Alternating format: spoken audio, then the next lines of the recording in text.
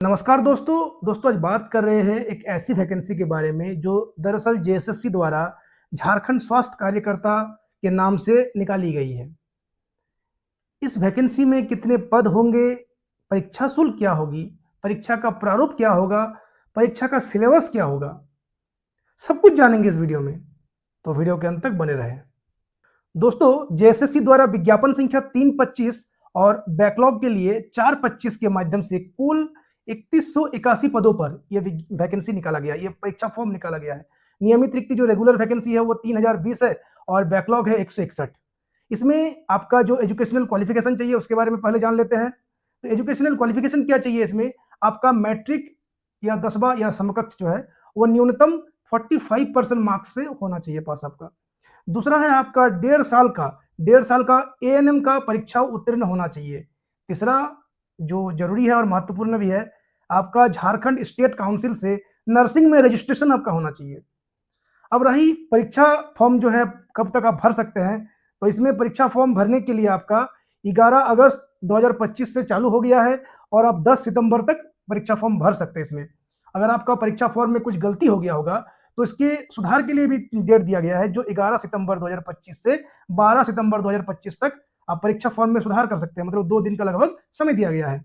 फिर अगर परीक्षा शुल्क की बात करें तो अगर आप एसटी है या एससी है या फिजिकली डिसेबल्ड है तो आपको सिर्फ 50 रुपया लगेगा। बाकी सभी कैटेगरी के लिए 100 रुपया लगेगा। अब देखिए जो रेगुलर वैकेंसी है उसमें कहाँ से कितनी रिक्ति है आप लोग स्क्रीन पर देख सकते हैं, या आप उसके जेएसएससी के साइट पर जाके भी रिक्ति का लिस्ट देख सकते हैं कि इस जिले से कितनी रिक्ति है। ये तो रहा रेगुलर का। आप बैकलॉग वाला भी ऐसे ही रिक्ति दिया गया है। बैकलॉग देखिए चाईबासा से है, फिर गिरिडीह, लातेहार, गोड्डा, पलामू, साहेबगंज, दुमका और सरायकला खरसेवा, कुछ 8 जिलों से आपका टोटल 161 रिक्ति है उसमें, और रेगुलर वाला में 3020, टोटल 3181 रिक्ति इसमें है। फिर आपका अगर इसमें आयु सीमा की बात करें तो आयु इसमें आपका 1 अगस्त 2025 मतलब उसको एज क्राइटेरिया या बेस ईयर माना गया है। इसी आधार पर आपका जो न्यूनतम आयु है, न्यूनतम आयु 18 वर्ष होना चाहिए, और अधिकतम आयु अगर आप जनरल या ईडब्ल्यूएस से है तो आपका अधिकतम आयु 40 साल, अगर आप BC1 या BC2 से है तो 42 साल आपका मैक्सिमम आयु होना चाहिए, और अगर आप वुमेन हैं कोई भी कैटेगरी से हो तो आपका मैक्सिमम आयु है 43 साल, अगर आप SC के हैं या ST के हैं, दोनों में कोई भी हो तो आपका मैक्सिमम आयु 45 साल।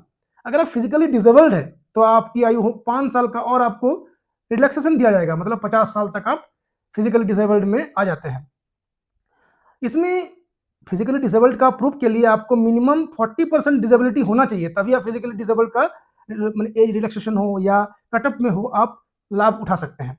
इसमें देखिए सबसे बड़ी बात जो हर स्टूडेंट्स का, हर कैंडिडेट्स का सवाल रहता है कि सैलरी कितना मिलेगा, तो इसमें 5200 से 20,200 का जो बेसिक पे है ये मिलेगा, यानी ये 2400 ग्रेड पे के अंडर में आता है। जो लेवल 4 ही 2400 ग्रेड पे आ जाता है आपका 7th पे कमीशन में। इसके आधार पर आपको वेतन मिलेगा, ये हो गया बेसिक पे। इसके साथ साथ आपको HRA, DA, TA और भी बाकी हाउसिंग, मतलब जो हेल्थ अलाउंस या हो सकता है ड्रेस अलाउंस, बाकी जितने अलाउंस मिलकर आपका एक वेतन, एक इनकम जनरेट होगा। फिर अगर आप इसमें आरक्षण का लाभ लेना चाहते हैं तो आपको स्थानीय निवासी प्रमाण पत्र सुपुर्द करना होगा। इसमें अगर आपका अनुमंडल पदाधिकारी से निर्गत है तो वो 2016 के बाद का ही जो निर्गत प्रमाण पत्र वो मान्य होगा SDO से, या अगर आप CO लेवल से है तो आपका 2019 2019 या उसके बाद के निर्गत प्रमाण पत्र ही मान्य होगा।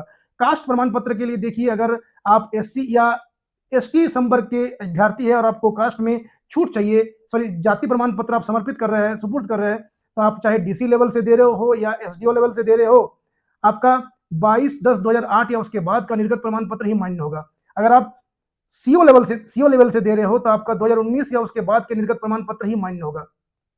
अगर आप दोस्त BC1 या BC2 कैटेगरी के हैं तो आपको DC या SDO लेवल का 2012 या उसके बाद का मान्य होगा, और CO लेवल का अगर आप बनाए हैं सर्टिफिकेट तो वो आपका 2019 या उसके बाद का मान्य होगा।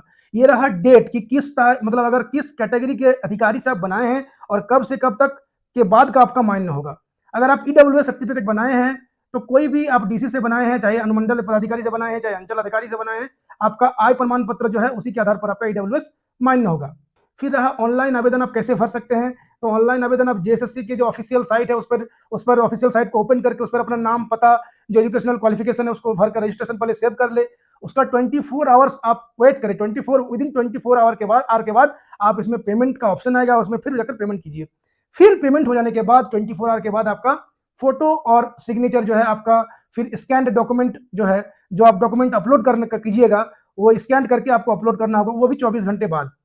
अगर आप कॉन्ट्रैक्ट बेसिस पर काम कर रहे हैं तो आवेदन जो आप भर रहे हैं उसके अंतिम तिथि से कम आपका 5 वर्ष का रियल टाइम पर, मतलब लगातार आप कोई काम छोड़े नहीं है, वास्तविक संविदा सेवा पूर्ण कर ली हो और इसमें आपका किसी प्रकार का कोई टूट ना हो, मतलब आप रेगुलर बेसिस पर 5 साल का कॉन्ट्रैक्ट में कहीं काम किए हैं, तभी आपका मतलब इसमें भी रिजर्वेशन मिलेगा आपको, इसमें भी कटअप में हेल्प होगा।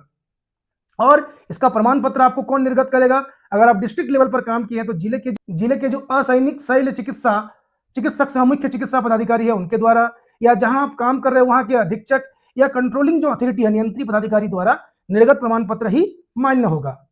फिर इसमें आप देखिए कि परीक्षा का प्रारूप क्या होगा। तो इसमें परीक्षा का प्रारूप जो है, इसमें परीक्षा एक चरण में संपन्न होगी और उसमें 1 घंटा समय दिया जाएगा, टोटल 50 प्रश्न पूछा जाएगा। अब आप देखिए कि आयोग जो है इसमें आपका 50 प्रश्न पूछेगा अधिकतम। फिर आपका मेरिट लिस्ट जो तैयार होगा वो तो हो गया लिखित परीक्षा के आधार पर, फिर मैट्रिक में कितना आप नंबर लाए हैं उस आधार पर, फिर आपका इंटरमीडिएट के नंबर के आधार पर, फिर आप कहीं टेक्निकल कोई अगर ट्रेनिंग लिए हैं उस आधार पर, अगर आप जो 5 साल का बोले जो संविदा पर काम किए हैं और उसका जो कार्यानुभव है और जो एक्सपीरियंस है उस आधार पर आपका मेरिट लिस्ट बनेगा। मैंने मेरिट लिस्ट में इतने सारी चीज़ों का जोड़ है। 50 नंबर तो हो गया आपका जो जेएसएससी द्वारा जो एग्जाम लिया गया उसमें मैक्सिमम है।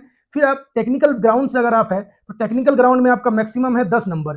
अगर आप उसमें एग्जाम देके 60% या उससे अधिक लाए हैं तो 10 अंक आपको मिलेगा, 45% तक लाए हैं तो 7 अंक और 45% से कम लाए हैं तो 5 अंक, मैंने मैक्सिमम आपका 10 अंक और मिनिमम 5 अंक, ये आपको टेक्निकल ग्राउंड के आधार पर मिलेगा। फिर आपका मैट्रिक जो क्वालिफिकेशन है, क्वालिफिकेशन के आधार पर अगर बात करें तो मैट्रिक का मैक्सिमम है 20 अंक और मिनिमम है 10 अंक, 60% या उससे अधिक जो है 20 अंक और 60-45 तक है 15 अंक और फिर आपका 45 से कम हो गया 10 अंक। फिर इंटर में भी वही हाल है, मैक्सिमम 20 अंक और मिनिमम 10 अंक। फिर अगर आप कोई संविदा पर काम किए हैं, कहीं संविदा पर अगर आप 5 साल का काम किए तो आपका मैक्सिमम 50 अंक मिलेगा। ये देखिए बहुत जरूरी है, सबका निचोड़ और इसका बराबर हो जाता है। मतलब अगर आप 5 साल कहीं बाहर में सब कॉन्ट्रैक्ट बेसिस पर कोई गवर्नमेंट हॉस्पिटल में या प्राइवेट हॉस्पिटल में काम किए हैं तो आपके लिए एक सुनहरा भविष्य बन जाता है, आपके लिए एक सुनहरा मौका बन जाएगा। टोटल देखिए आपका 50 अंक जेएसएससी द्वारा, 10 अंक टेक्निकल स्तर पर और मैट्रिक और इंटर का हो गया 40 अंक और फिर 50 अंक आपका कॉन्ट्रैक्ट बेसिस वाला, टोटल 150 अंक का परीक्षा आपका होगा और इसी 150 अंक के आधार पर आपका मेरिट लिस्ट बनेगा। अगर इसमें सिलेबस की बात करें तो आप सिलेबस स्क्रीन पर देख ही सकते हैं। इसमें कॉन्सेप्ट ऑफ हेल्थ पर है, कम्युनिटी हेल्थ प्रैक्टिसेस पर है, हेल्थ प्रॉब्लम्स पर है, पॉलिसीज पर हेल्थ के रिगार्डिंग क्या क्या पॉलिसीज आया है, health organization, role of health team, structure of community, rural community, dynamics of community, community need assessment, community methods and media, counselling, community based rehabilitation, इन पर आधारित आपका प्रश्न आएगा। तो हेल्थ प्रमोशन पर देखिए आप, न्यूट्रिशन पर क्वेश्चन आएगा, ह्यूमन बॉडी एंड हाइजीन पर आएगा, एनवायरमेंटल सैनिटेशन पर आएगा और मेंटल हेल्थ पर आएगा। फिर प्राइमरी हेल्थ केयर है उस पर आएगा, इन्फेक्शन एंड इम्यूनाइजेशन पर आएगा, कम्युनिकेबल डिजीज जो फैलता है डिजीज उस पर आएगा, फिर कम्युनिटी हेल्थ प्रॉब्लम्स पर क्वेश्चन आएगा, फिर प्राइमरी मेडिकल केयर पर क्वेश्चन आएगा, फर्स्ट एड जो हम लोग करते हैं और रेफर करते हैं, फर्स्ट एड एंड रेफरल पर सवाल पूछा जाएगा, फिर सवाल पूछा जाएगा चाइल्ड हेल्थ एंड नर्सिंग पर सवाल पूछा जाएगा, फिर मिड वाइफरी पर सवाल पूछा जाएगा और हेल्थ सेंटर एंड मैनेजमेंट पर सवाल पूछा जाएगा। इन सब सिलेबस, इन सब टॉपिक को आप बढ़िया से एक बार देख लीजिए और अपना तैयारी को सुदृढ़ कीजिए, मजबूती प्रदान कीजिए और एक गवर्नमेंट जॉब में आप अपना कदम बढ़ाइए। इसके लिए आपको तहे दिल से शुक्रिया और हमारे साथ जुड़ने के लिए आपको धन्यवाद।